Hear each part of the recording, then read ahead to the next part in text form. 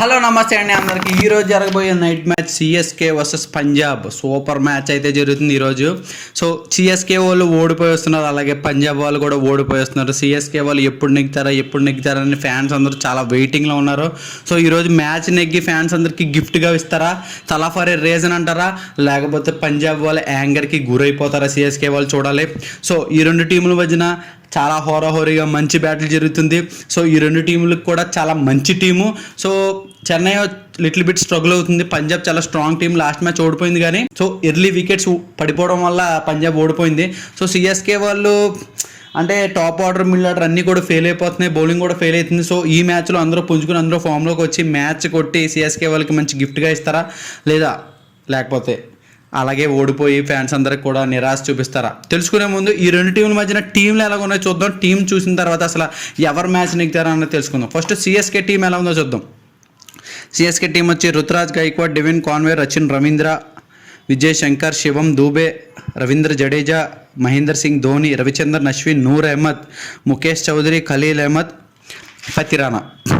So Punjab team ఎలాగుందో ఒకసారి తెలుసుకుందాం. పంజాబ్ టీం వచ్చి Arya, Prabhsimran Singh, Shreyas Iyer, Marcus Stoinis, Nehal Wadhera, Glenn Maxwell, Shashank Singh, హెడ్జే ఆర్, Harpreet Brar, Marco Jansen, Arshdeep Singh, Lockie Ferguson, Chahal. So రెండు టీంలు కూడా చాలా బాగున్నాయి. కాకపోతే సిఎస్కేతో పోల్చుకుంటే పంజాబ్ చాలా పెద్ద టీము. వీళ్ళు ఓడిపోయి వస్తున్నారు సేమ్ పిచ్ మీద, హోమ్ పిచ్. ఈ పిచ్ మీ అందరు చూసారు లాస్ట్ మ్యాచ్లో. సో ఈ పిచ్ వచ్చేసి ఆన్ అండ్ యావరేజ్గా 160 నుంచి 170 యావరేజ్ స్కోరు.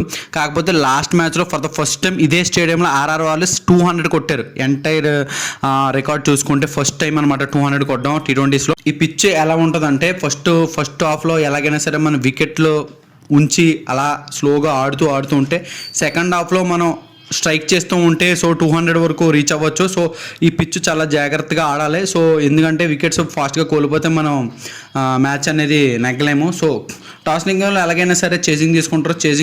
చేజింగ్ తీసుకున్న టీం మ్యాచ్ మ్యాక్సిమం నెగ్గచ్చు. ఎందుకంటే ఫస్ట్ ఇన్నింగ్స్లో వికెట్లు ఫాస్ట్గా పడిపోతాయి కాబట్టి ఇనిషియల్ స్టేజ్లో. సో వికెట్ తీసుకుంటే ఫస్ట్ ఇన్నింగ్స్ వాళ్ళు కూడా నెగ్గచ్చు. ఆర్ఆర్ వాళ్ళు ఆల్రెడీ లాస్ట్ టైం చూపించారు ఎలా నెగ్గాలి ఏంటి అనేది, ఒక పాత్ అనేది క్రియేట్ చేశారు అందరికీ కూడా. సో సేమ్ అలాగే ఆడితే ఏ టీం అయినా సరే నెగ్గచ్చు, వాళ్ళ స్ట్రెంత్ని బట్టి వాళ్ళు ఆడచ్చు.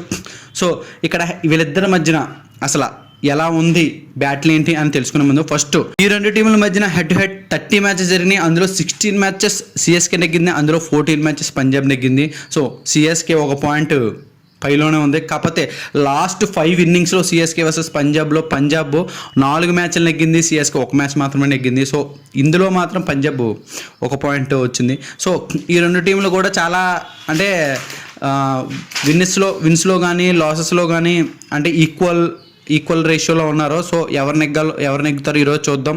సో అందరూ కూడా ఫింగర్స్ క్రాస్ చేసి చెన్నై నెగ్గాలని కోరుకుంటున్నారు. కాకపోతే టీం మ్యాటర్స్ కాబట్టి, ఏ టీం ఆడుతుంది ఏ టీం నెగ్గుతుంది అన్నది మ్యాటర్స్ కాబట్టి టీం బేస్ చేసుకుని విన్నింగ్ పర్సంటేజ్ అనేది ఎక్కువ ఉంటుంది కాబట్టి సో తెలుసుకుందాం. సో ఈ రెండు టీంల మధ్యన అసలు కీ ప్లేయర్స్ ఎవరో తెలుసుకుందాం. కీ ప్లేయర్స్ వచ్చేసి సిఎస్కేలో రుతురాజ్ గైక్వాడ్, రచిన్ రవీంద్ర, శివం దూబే, ఖలీల్ అహ్మద్, నూర్ అహ్మద్. సో బౌలింగ్ బాగుంది, కాకపోతే బ్యాటింగే ఫామ్లో ఎవరో లేరు. ఫామ్లోకి వస్తే మాత్రం చెన్నై గురించి అందరికీ తెలిసిందే, ఇరక్కూడేస్తారనమాట. అలాగే పంజాబ్ కీ ప్లేయర్స్ వచ్చేసి అయ్యర్, వదేరా, మ్యాక్స్వెల్, అర్షదీప్ సింగ్, చాహల్. సో మనకి ఇక్కడ ప్రాబ్లం ఏంటంటే చెన్నైలో స్పిన్నర్స్ ఎక్కువ, అలాగే పంజాబ్లో స్పిన్ని ఆడే గ్రేట్ ప్లేయర్స్ కూడా ఉన్నారు. అదే అయ్యర్, వదేరా, అలాగే మ్యాక్స్వెల్. లాస్ట్ మ్యాచ్లో మీరు చూస్తే ఆర్ఆర్కి మీద ఓడిపోయిన పంజాబ్లో కాకపోతే ఒక 2 పాయింట్స్ అయితే చాలా మంచిగా జరిగినాయి. ఏంటంటే మ్యాక్స్వెల్ ఫామ్లోకి వచ్చాడు, అలాగే నెహల్ వదేరా స్పిన్నర్స్ని చాలా బాగా ఆడుతున్నాడు, చాలా హాట్ హీటింగ్గా ఆడుతున్నాడు. సో ఇది కూడా తెలుసుకున్నారు పంజాబ్ వాళ్ళు. సో ఇంకా స్ట్రాంగ్గా వస్తారు. సో చెన్నైలో రవీంద్ర జడేజా, రవిచంద్రన్ అశ్విన్ మీద చాలా మంచి రికార్డు ఉంది మ్యాక్స్వెల్కి. మీరు లాస్ట్ 2014లో పంజాబ్ ఫైనల్కి వెళ్ళినప్పుడు మీరు చూస్తే మ్యాక్స్వెల్ చెన్నై మీద వీరబాదుడు ఆల్మోస్ట్ 90 అబోవ్ రన్స్ కొట్టాడు 2 మ్యాచ్లు ఆడితే 2 మ్యాచ్ల్లో కూడా. సో మ్యాక్స్వెల్ అనేవాడు చాలా కీ పర్సన్ ఇందులో.